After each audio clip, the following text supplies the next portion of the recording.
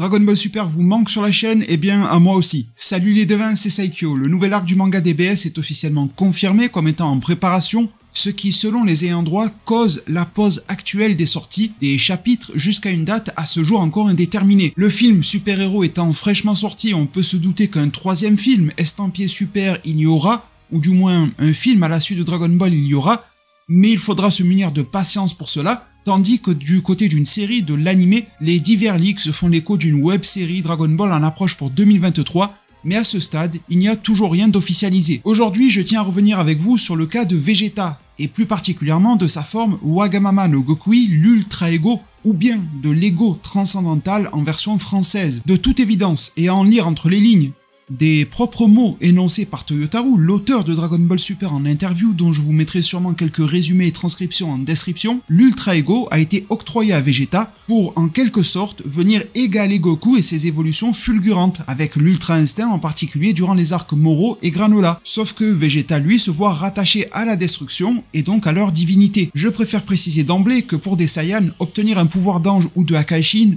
ne change a priori pas grand chose. Même si l'on sait que l'ange surpasse le dieu destructeur, eh bien les techniques, une fois acquises par des mortels, se voient remises à plat et nivelées, justement par la nature Saiyan et non divine de Goku et Vegeta. Et comme on l'a vu durant les combats de l'arc Granola, tout dépendra du potentiel de base du personnage, de son entraînement et de la manière dont il emploie ce pouvoir divin face à son adversaire. Il y a aussi une notion de contexte et de situation. Mention spéciale d'ailleurs aux exploits, et je pèse mes mots, de Vegeta durant l'arc Granola, en Ultra Ego, tout fraîchement acquis d'ailleurs, qui tient tête au Céréalien devenu le plus puissant de l'univers suite à un vœu, donc techniquement au-delà de Broly du film 2018 ou de Goku Ultra Instinct période tournoi du pouvoir, même si les combats en manga n'étaient pas très spectaculaires, sur le papier c'est le cas, forçant Granola à vouloir se sacrifier pour obtenir victoire sur Vegeta, et exploit que ce dernier réitérera en causant quelques frayeurs à Gas, devenu lui encore plus puissant que Granola ne l'était. Tout cela pour en arriver au fait que si la volonté scénaristique d'apporter à Vegeta des pouvoirs type destruction et de faire de Beerus son maître est dépendant dans la tête de l'auteur d'un besoin de compensation de l'entraînement que Goku a reçu de la part de Whis et accessoirement de Merus, on peut alors être tenté de se dire, aussi bien vous que moi,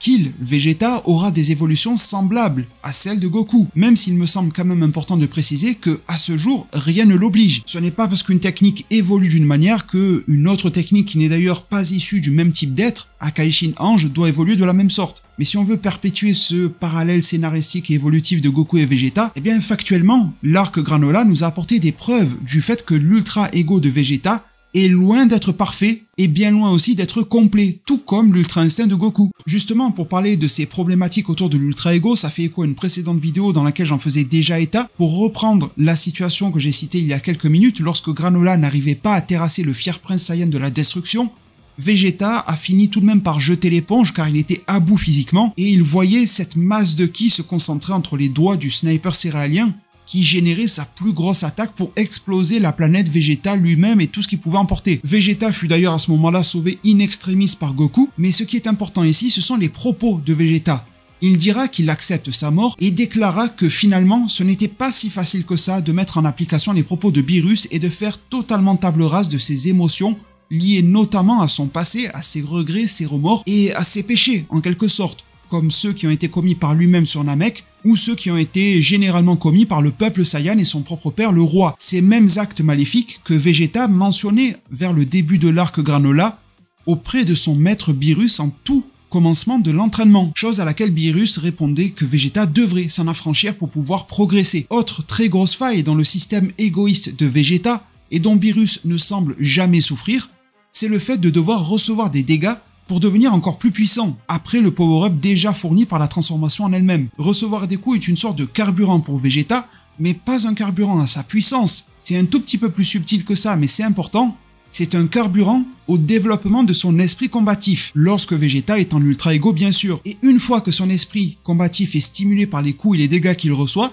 sa puissance est décuplée. Mais le problème est évident, la résistance de Vegeta en Ultra Ego ne s'améliore pas énormément, et les dégâts reçus le mènent tout droit au chaos avant que son pouvoir ait suffisamment grandi pour venir à bout de monstruosités que l'on a pu rencontrer dans l'arc, telles que Gas. Alors si l'on se réfère de nouveau au modèle de Son Goku et de son Ultra Instinct, on pourrait se dire que Vegeta a plusieurs stades d'évolution dans sa poche à déverrouiller. Pour faire la version rapide, Goku a tout d'abord eu les signes de l'Ultra Instinct, aux cheveux noirs, puis l'Ultra Instinct maîtrisé, aux cheveux blancs argentés, mais on s'est rendu compte par la magie du scénario que ce n'était pas suffisant. C'est alors que Whis a sous-entendu à Son Goku qu'il devrait être capable de manier l'Ultra Instinct peu importe l'état dans lequel il se trouve. Et je tiens vraiment à préciser cela, il y a eu beaucoup d'erreurs de traduction et de fakes aussi qui ont circulé comme quoi Whis aurait dit que Goku doit forcément rester en forme de base. Non, Whis a mentionné le fait de pouvoir l'utiliser en forme de base, mais aussi de pouvoir l'utiliser dans tous ses états. Il me semble que cela veut bien dire ce que cela veut dire, c'est-à-dire dans absolument toutes les formes que Goku sait utiliser.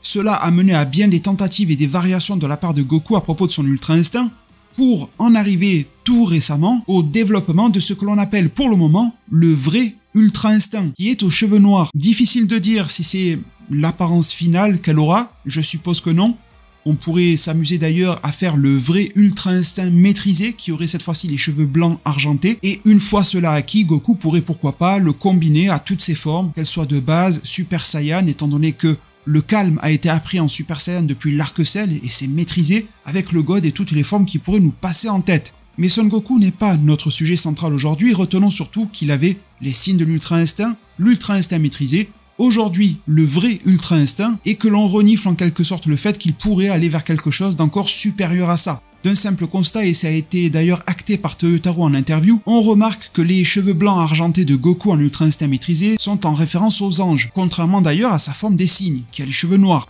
Alors si je tente de faire cette même petite analyse du côté de Vegeta, je constate qu'en Ultra Ego, sa coloration de cheveux est relativement similaire au pelage de Beerus. Je pense que à la vue de la prestation de Vegeta en combat en Ultra Ego et de ce rapprochement en matière de coloration, on est en droit de se demander si Vegeta n'a pas zappé l'étape des signes de l'Ultra Ego et qu'il serait déjà dans un équivalent du maîtrisé. Alors bien sûr à ce stade-là, tout est ouvert, les auteurs scénaristes peuvent clairement s'amuser à lui apporter une autre forme au-delà de ça qui ne changerait pas forcément de couleur mais qui lui ferait peut-être pousser des cheveux pour avoir un côté un petit peu plus bestial, animal comme Beerus, design qui l'approcherait encore plus du SSJ3 que Vegeta n'a jamais eu, mais l'Ultra Ego se démarque par une absence de sourcils, lui faire pousser les cheveux pourrait l'en rapprocher, mais en soi ce que je veux dire c'est que déjà Vegeta pourrait avoir le maîtrisé, car sinon ça enverrait le signal que l'Ultra Ego non maîtrisé, les signes, seraient plus efficaces face à des menaces extrêmement puissantes telles que Granola ou Gas que l'Ultra Instinct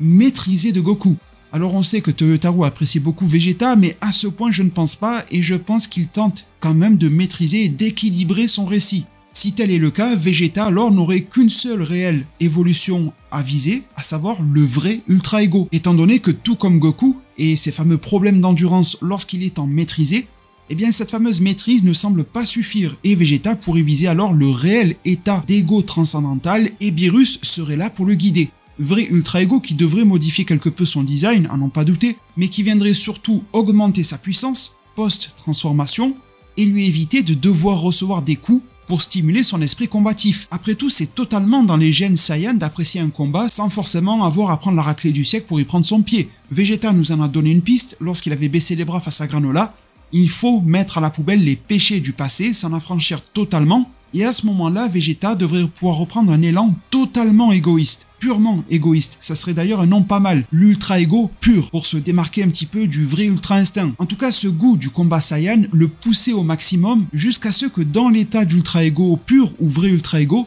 Vegeta serait un être assoiffé, qui voudrait à tout prix s'enivrer mais qui n'y arriverait jamais de combat. Comme s'il rentrait dans une folle frénésie combative. Il ne se préoccupe ni des conséquences du combat, ni de ce qu'il a pu faire dans son passé qui pourrait le retenir dans le présent. Ce qui fait d'ailleurs écho avec un des tout derniers combats de Vegeta Ultra Ego face à Gas, lorsque Maki qualifiait Vegeta de zombie. Il est tellement possédé par son égoïsme combatif qu'il devrait littéralement faire peur à tout le monde et ressembler à une sorte de monstre, non pas en matière de design mais de comportement. Et au final, j'ai envie de dire que les préceptes de Bardock, aperçus en flashback durant cet arc Granola, se retrouvent à la fois pour Goku, Ultra Instinct, et Vegeta Ultra Ego. Beaucoup de personnes ont qualifié la morale et les apprentissages recueillis de la part de Bardock et des enregistrements du passé comme trop simplistes, mais si l'on regarde bien, du côté de Goku, il doit trouver la sérénité en ne faisant qu'un avec ses émotions, et Gas avait tendu quelques perches sur le fait que Bardock était très en osmose sur ce point-là, tandis que Vegeta doit puiser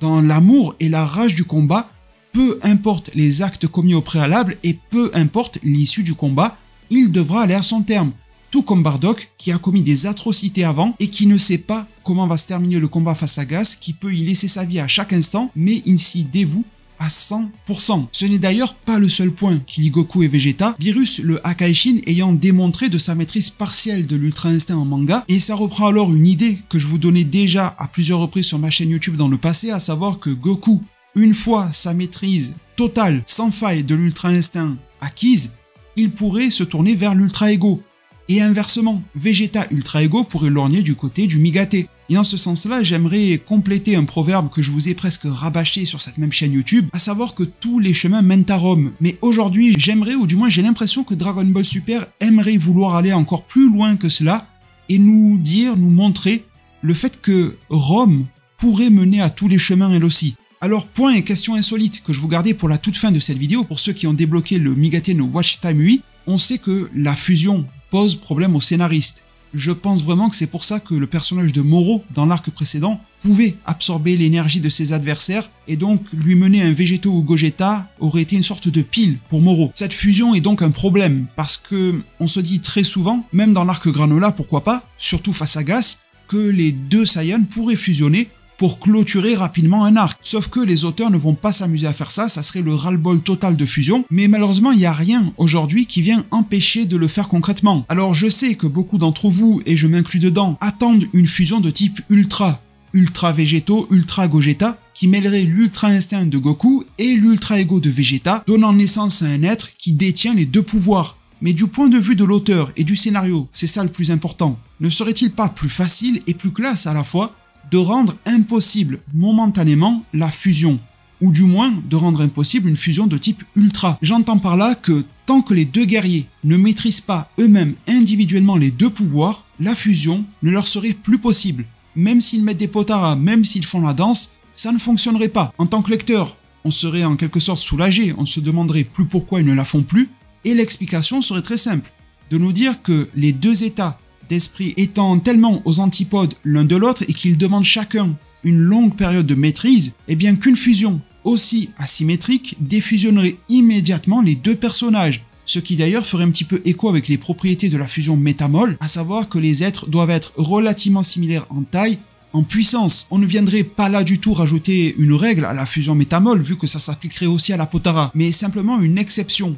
de par la particularité de Goku et Vegeta, ce qui les pousserait justement à viser encore plus l'apprentissage de la technique de l'autre. Ça créerait pour nous, lecteurs, spectateurs passionnés, une longue période d'attente avant de revoir une fusion, mais aussi un énorme soulagement au bout de quelques arcs et probablement de quelques années, lorsque les deux y parviendront et lâcheront totalement à la fois leurs instincts et égoïsmes combinés, ce qui pourrait d'ailleurs être le combat de fin de Dragon Ball à un niveau angélique par exemple. Mes très chers devins, cela met un terme à cette vidéo. J'espère qu'à la fois vos instincts et votre ego s'en trouvent satisfaits. Si c'est le cas, n'hésitez pas à mettre un maximum de pouces bleus, à vous abonner et activer la cloche des notifications. Merci vraiment pour tout. Prenez tous extrêmement bien soin de votre futur. Et à plus pour de prochains arts divinatoires.